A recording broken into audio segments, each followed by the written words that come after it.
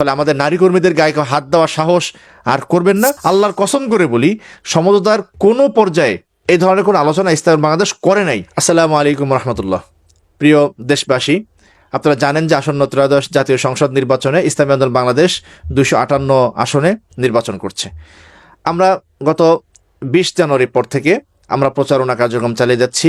বিপুল উৎসাহ উদ্দীপনার মধ্য দিয়ে আমাদের নেতাকর্মীরা প্রচারণা চালাচ্ছেন এবং আলহামদুলিল্লাহ মানুষ থেকে আমরা অভূতপূর্ব সাড়া পাচ্ছি। এই নির্বাচনের প্রচারণা চালাতে গিয়ে আমরা বেশ কিছু তিক্ত অভিজ্ঞতার সম্মুখীন হয়েছি ইতিমধ্যেই। সে ধরনের কিছু অভিজ্ঞতা আপনাদের সাথে শেয়ার করার জন্য। এক নম্বর হলো যে আমাদের বিরুদ্ধে অবিরাম মিথ্যা অপপ্রচার চালাচ্ছে একটা নির্দিষ্ট গোষ্ঠী। যে মিথ্যা অপপ্রচারগুলো জনে জনে বাড়িতে বাড়িতে গিয়ে আমাদের বিরুদ্ধে ছড়িয়ে দেওয়া হচ্ছে।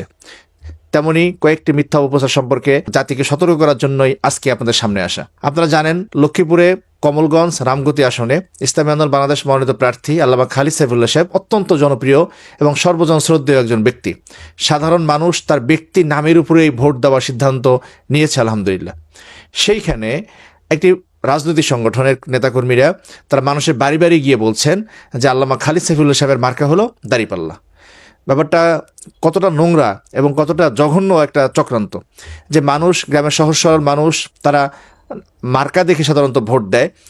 তাদেরকে বলা হচ্ছে যে খালিদ সাইফুল্লাহ সাহেবের মার্কা হলো দাঁড়িপাল্লা। মানে মানুষ খালিদ সাইফুল্লাহ সাহেবকে ভোট দেবে, যেই ভোটটা হাত পাখায় পাওয়ার কথা, তারা মানুষকে বিভ্রান্ত করার চেষ্টা করছে যাতে করে খালিদ সাইফুল্লাহ সাহেবকে ভোট দেওয়ার নাম করেই দাঁড়িপাল্লায় ভোট যায়। এটা একটা মিথ্যা এবং নোংরা একটা অপপ্রচার। আমরা তার প্রতিবাদ জানাচ্ছি এবং সকলকে আমরা সতর্ক করছি। দ্বিতীয় যে বিষয়টা আমরা শিকার হচ্ছি, গতকালকে আমি টাঙ্গাইলের বিভিন্ন আসনে গিয়েছিলাম, সেখান থেকে আমি সরেজমিনে দেখেছি এবং দেশের অন্যান্য আসন থেকেও আমরা যেটা পাচ্ছি সেটা হলো যে মানুষের কাছ থেকে বলা হচ্ছে যে হাত পাখা নাকি বসে গেছে।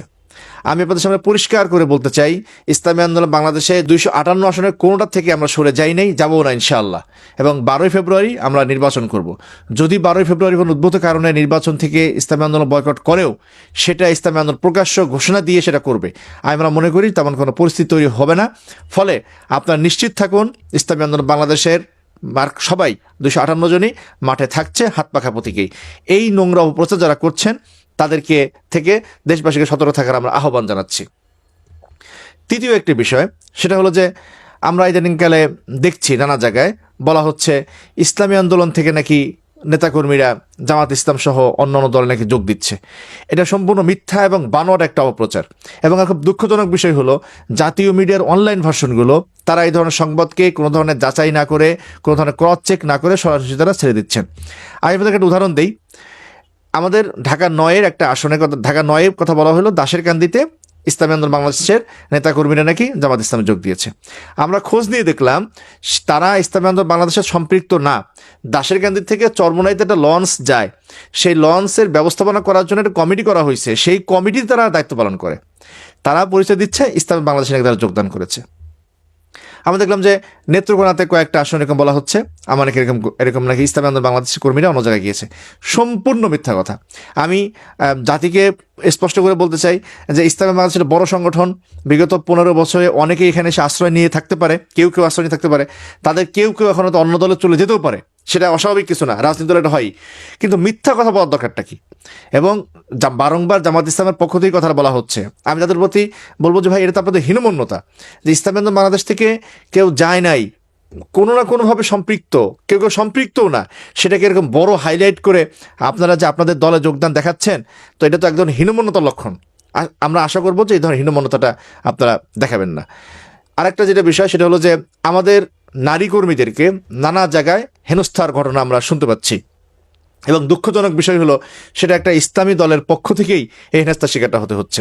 আজকে যেটা সর্বশেষ দেখা গেল যে আমাদের ভোলা 4-এ চরফ্যাশনে আমাদের প্রার্থীর মেয়ে, বড় মেয়ে মারিয়া কামাল, তাকে একেবারে হেনস্থা করা হয়েছে এবং মাটি থেকে ফেলে দেওয়া হয়েছে ধাক্কা দিয়ে। তো এটা তো একটা ইসলামী সংগঠনের কাছ থেকে কোনোভাবেই প্রত্যাশা করা যায় না। তো আমরা বাংলাদেশ জামাত ইসলামী নেতৃবৃন্দকে বলবো যে আমরা একটা সমঝোতা ছিলাম, আপনারা ইসলামী রাজনীতি করেন, আমরা ইসলামী রাজনীতি করি, একটা সমঝোতা ছিলাম, নানা রাজনৈতিক বোঝাপড়ায় সেটা আর হয় নাই। সেজন্য তো পারস্পরিক সৌহার্দ্য, শান্তি তো নষ্ট করার কোনো কারণ নেই। আমরা যখন রাজনীতি করি, আমার দলের পক্ষে প্রচারণা চালাই, সেই প্রচারণা চালাইতে গিয়া আপনি আপনার দলের ভালো দিকগুলো বলেন, অন্য দলের বিরুদ্ধে বা ইসলামী আন্দোলনের বিরুদ্ধে মিথ্যা অপপ্রচার চালানোর দরকারটা কি? আমি আরেকটা অপপ্রচারের আপনাদেরকে উদাহরণ দিই। সেটা হলো কি, বলা হচ্ছে যে ইসলামী আন্দোলন বাংলাদেশ নাকি সমঝোতার মধ্যে প্রধানমন্ত্রী এবং রাষ্ট্রপতির পদ চেয়েছে। আল্লাহর কসম করে বলি, সমঝোতার কোনো পর্যায়ে এই ধরনের কোনো আলোচনা ইসলামী বাংলাদেশ করে নাই। কারণ ইসলামী বাংলাদেশের মধ্যে এক ধরনের ভেতরকার আলোচনা ছিল, যেটা যে যদি সমঝোতা হয় এবং সমঝোতা করে যদি সরকারও গঠন করা হয়, ইসলামী বাংলাদেশ সেই সরকারে যাবে কি যাবে না তাই নিয়ে পর্যন্ত আলোচনা ছিল। সেইখানে আমরা সমঝোতায় আমরা প্রধানমন্ত্রীর পদ চাইছি, রাষ্ট্রপতির পদ চাইছি। এটা একেবারেই মিথ্যা কথা, কিন্তু এই মিথ্যা কথাটা সবার মধ্যে ছড়িয়ে দেওয়া হয়েছে। আমি এনসিবির এক নেতার থেকে জানি যে সেটা এনসিবির কেন্দ্রীয় কমিটিতে সেটা আলোচনা হয়েছে। আমি বলবো যে ভাই, এই মিথ্যা কথাটা ছড়ানোর কোনো কারণ নাই। ইসলামী আন্দোলন বাংলাদেশ এ ধরনের কোনো পদপদবি নিয়ে আলোচনা করে নাই। আরেকটা বিষয় আমাদের বলা হচ্ছে, আমরা নাকি জোটের শীর্ষ নেতৃবৃন্দের আসনে প্রার্থী দিয়ে রেখেছি। তার মধ্যে উদাহরণ দেওয়া হয় যে ঢাকা 11-তে নাহিদ সাহেবের আসনে প্রার্থী দেওয়া। ইসলামী আন্দোলন বাংলাদেশ গত 1 বছর আগেই 300 আসনে প্রার্থী দিয়ে দল গোছানোর কাজ করেছে। তারই ধারাবাহিকতায় ঢাকা 11-তে আমরা প্রার্থী দিয়েছি, এবং এনসিপি আমাদের সাথে সমঝোতা ছিল না থাকার ফলে আমাদের যুগ্ম মহাসচিব শেখ ফজলুল মাসুদ তিনি সেখানে কার্যক্রম চালিয়ে গিয়েছেন। এনসিপি যখন এই সমঝোতা যুক্ত হইল, সেটা আমাদের সাথে জানানো হয় নাই। তারপরেও যখন আমরা জানছি যে যুক্ত হয়েছে, তখনই মাসুদ ভাই সেই ঢাকা 11 থেকে প্রচারণা বন্ধ করে দিয়েছেন, এবং তিনি ইসলামী বাংলাদেশের কেন্দ্রীয় নির্বাচন পরিচালনা কমিটির আহ্বায়ক হিসেবে দায়িত্ব গ্রহণ করেছিলেন। এরপরে যখন সমঝোতা হইল না, তখন আমরা সব জায়গায় নির্বাচন করব, তো তারই অংশ হিসেবে মাসুদ ভাই আবার ঢাকা 11-তে ইলেকশন করছেন। আমরা মামুনুল হক সাহেবের 2টা আসনে নির্বাচন করার কথা ছিলেন, 2টা আসন থেকে আমরা প্রার্থী সরাই নিছি। তিনি আর ঢাকা 13-তে ইলেকশন করছেন। ঢাকা 13-তে আমাদের ইঞ্জিনিয়ার মুরাদ ভাই অনেক দিন যাবৎ পরিশ্রম করছেন, তাকেও আমরা সেখান থেকে উঠিয়ে নিয়ে আসছি।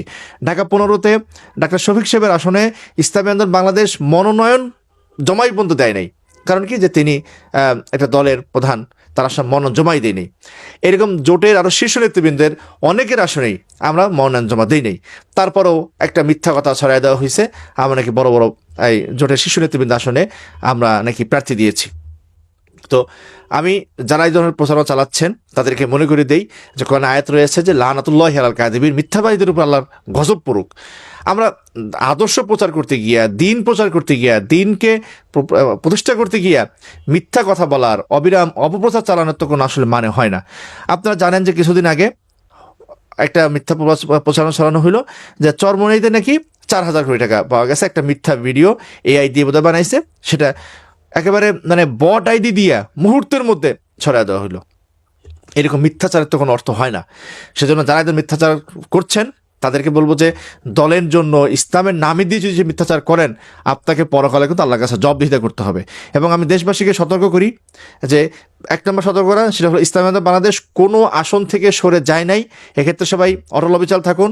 ইসলামী বাংলাদেশ শেষ পর্যন্ত নির্বাচন করবে ইনশাআল্লাহ। দ্বিতীয় বিষয় হলো, আমরা কোনো জায়গাতেই রাষ্ট্রপতি প্রধানমন্ত্রীর পদ চাইছি, এটা সম্পূর্ণ মিথ্যা কথা। এবং জোটের শীর্ষ নেতৃবৃন্দ আসনে আমরা প্রার্থী দিয়েছি, এটাও সম্পূর্ণ মিথ্যা কথা। ফলে দেশবাসীকে বিভ্রান্ত না হওয়ার অনুরোধ করব।